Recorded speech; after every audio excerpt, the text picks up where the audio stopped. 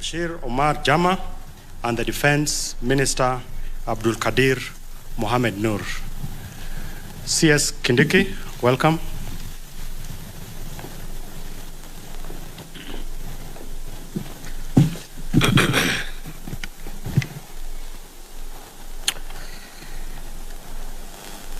Good afternoon. The Honorable Eden Duale, Cabinet Secretary for Defense of the Republic of Kenya,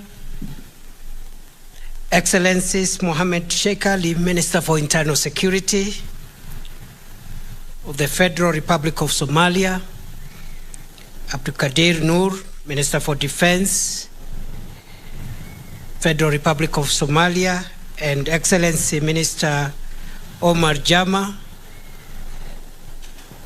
Abshir, Minister for Foreign Affairs, Federal Republic of Somalia, senior government officials from the Republic of Kenya and the Federal Republic of Somalia. We have the Regional Director of the International Organization for Migration and other senior government officials from the ministries of Interior, Defense, and Foreign Affairs of Kenya, and the counterpart ministries of Somalia. Ladies and gentlemen, let me begin by welcoming each one of you to the Ministry of Interior and National Administration, which is domiciled here at the Office of the President. Your presence and participation in this meeting are of vital importance to the two countries as we continue to deepen our partnerships and cooperation between our two nations. Kenya and Somalia are continuously experiencing both intra and interstate threats in terms of our security, mainly emanating from the terror group Al-Shabaab, with increased prevalence along our common border, running from Mandera all the way south to Lamu. This group has been instilling fear, despondence, and anxiety among our people by undertaking various terror activities, most of which are in the public domain. They perpetuate these nefarious activities by recruiting our youths, using all manner of enticements and radicalization. The climax of the process is a huge and critical mass of radicalized youths. The governments of our two countries have over the years played a significant role in the geopolitics of the East and Horn of Africa region, but also in terms of commerce, trade, and security. These achievements have been realized despite the region experiencing significant terror threats and the attendant risks to the people and infrastructure. These acts of terror have the effect of undermining peace, security, and stability at both our national and regional levels.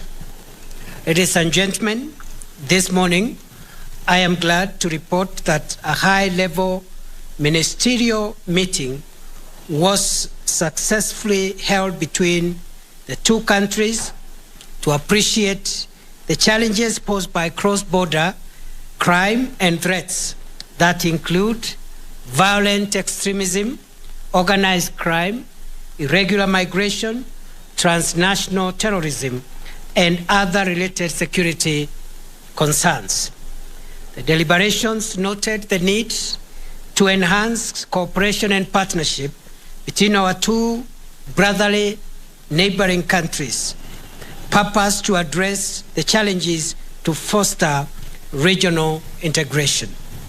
The government of Kenya and the government of Somalia both recognize and commends the complementary role played by development partners in the fight against terror, violent extremism, cross-border organized crime, in addition to value addition to efforts to maintain peace and security in this region. We wish to affirm our commitment as the government of Kenya of our continuous engagement with our development partners to ensure that our common objective of safety for all our people, communities, and the world at large is achieved. In the spirit of partnership and cooperation, and in recognition of the fact that border communities in both countries have common cultural, religious, and socio-economic variables, the two governments are in agreement on the following. One, the need to strengthen cross-border communication and information sharing.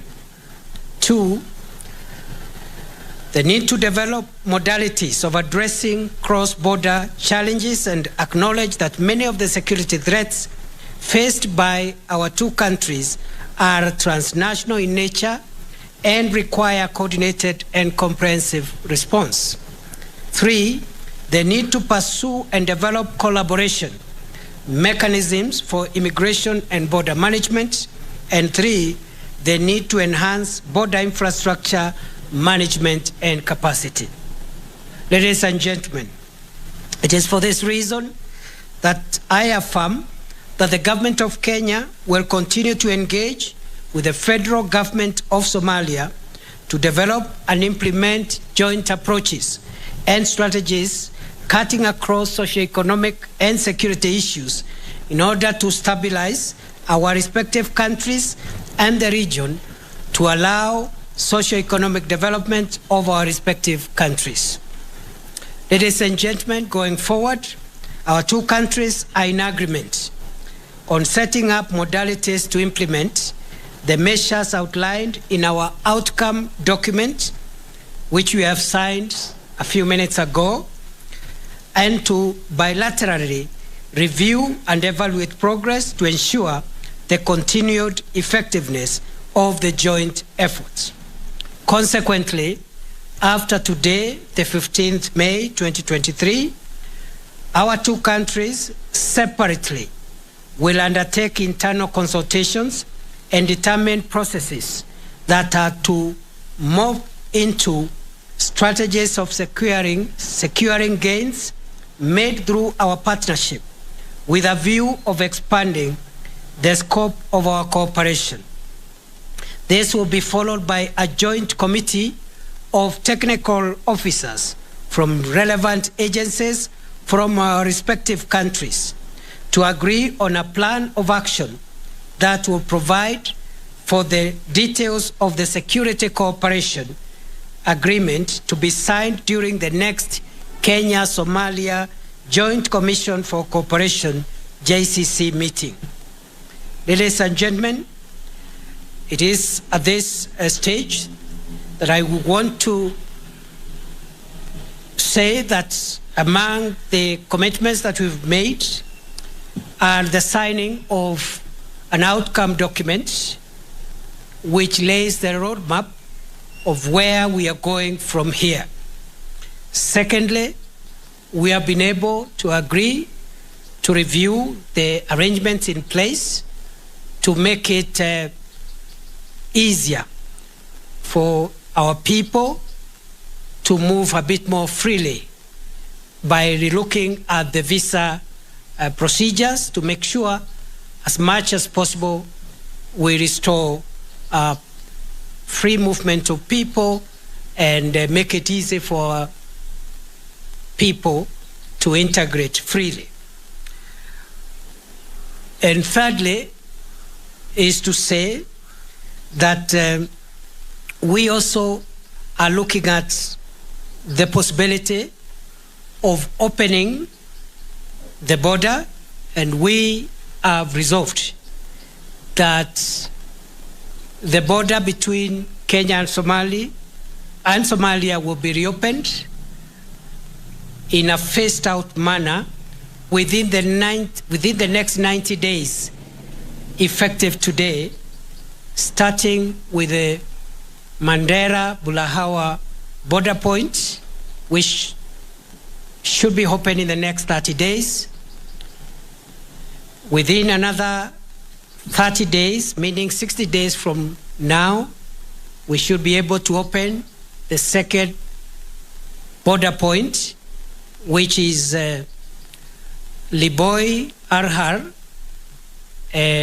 Doble on the Somalia side, and also 90 days from today, we also hope to be able to open a third border point, which is Kiunga Ras Kamboni in Lamu County.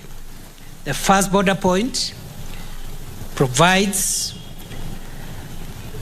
an entry point from the Kenyan side in Mandera County. The second border point provides an entry point from the Kenyan side in Garissa County. And the last border point will be able to provide an entry point from the Kenyan side in Lamu County. We are also in the process of relooking at a possibility of also adding a fourth border point, which will give an entry point into Somalia from the Kenyan side in Wajir County. And that announcement will also be made in the coming days. Finally, ladies and gentlemen, as we further and deepen this dialogue of partnership and cooperation, it is my sincere hope that we shall continuously endeavor to enhance our cross-border experiences, activities, and engagements, keeping in mind the emerging security trends and dynamics paradigms that transcend national, regional, and continental boundaries. Thank you. I want to take this opportunity to thank the distinguished delegation from Somalia, led by the Somalia Minister for Internal Security, Minister Mohammed, and the other two ministers who are with him, the Minister for Foreign Affairs and Minister for Defense. I also want to thank my brother, Minister Eden Duale of Defense, and all the senior government officials who have made it possible for us to arrive here. It has taken the hard work of technical senior officials of the two governments for us to reach the point where we have reached. I now want to yield the floor to my counterpart, the Internal Security Minister of the Federal Republic of Somalia, to make a few remarks, and after that we shall end this media briefing. And unfortunately today we'll not be able to take your questions because we are constrained. Welcome, Honorable Minister. Thank you, CS Professor Kithure Kindiki. Excellencies, Professor Kithure Kindiki, Cabinet Secretary, Ministry of Interior and National Administration, His Excellency Adan Barre Duale, Cabinet Secretary, Ministry of Defense, my fellow Cabinet Ministers from the Federal Republic of Somalia, Minister Abshir Omar Jama, and Minister Abdul Qadir Muhammad Noor, Permanent Secretaries present at these consultations, other distinguished guests. At the onset, may I, on behalf of my delegation and myself, express our gratitude to the government and people of the Republic of Kenya for the warm hospitality extended to us since our arrival in the beautiful city of Nairobi. Under the motto of Somali, Heshiis Ah, Dunida na Heshiis La, which means Somalia at peace with itself and at peace with the world, His Excellency President Hassan Sheikh Mohamud has led a wide range of bilateral, regional and multilateral initiatives to strengthen the existing ties between Somalia and its neighbors, among it is Republic of Kenya. The federal government of Somalia is committed to promote and strengthen cooperation with its neighbors to improve security, regulate migration frameworks, facilitate trade and investment. On July and September last year, the two presidents of Somalia announcing the strengthening of bilateral relations between the two countries and emphasizing the commitment to address security concerns along our shared borders. Further, two heads of state agreed on the opening of the border between the two countries in order to ease the movement of people and enhance trade in goods and services. Excellency, the cross-border challenges experienced by communities on both sides of the common border are too complex for one country to address. Borderlands communities face numerous challenges, including insecurity, recurrent droughts, human trafficking, illegal trade, and transnational crimes.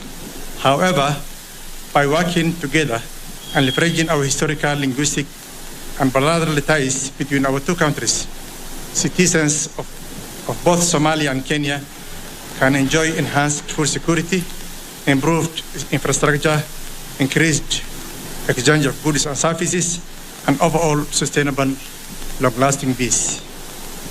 As we join hands in today's joint ministerial meeting, we give our commitment to promote cross-border cooperation between Somalia and Kenya.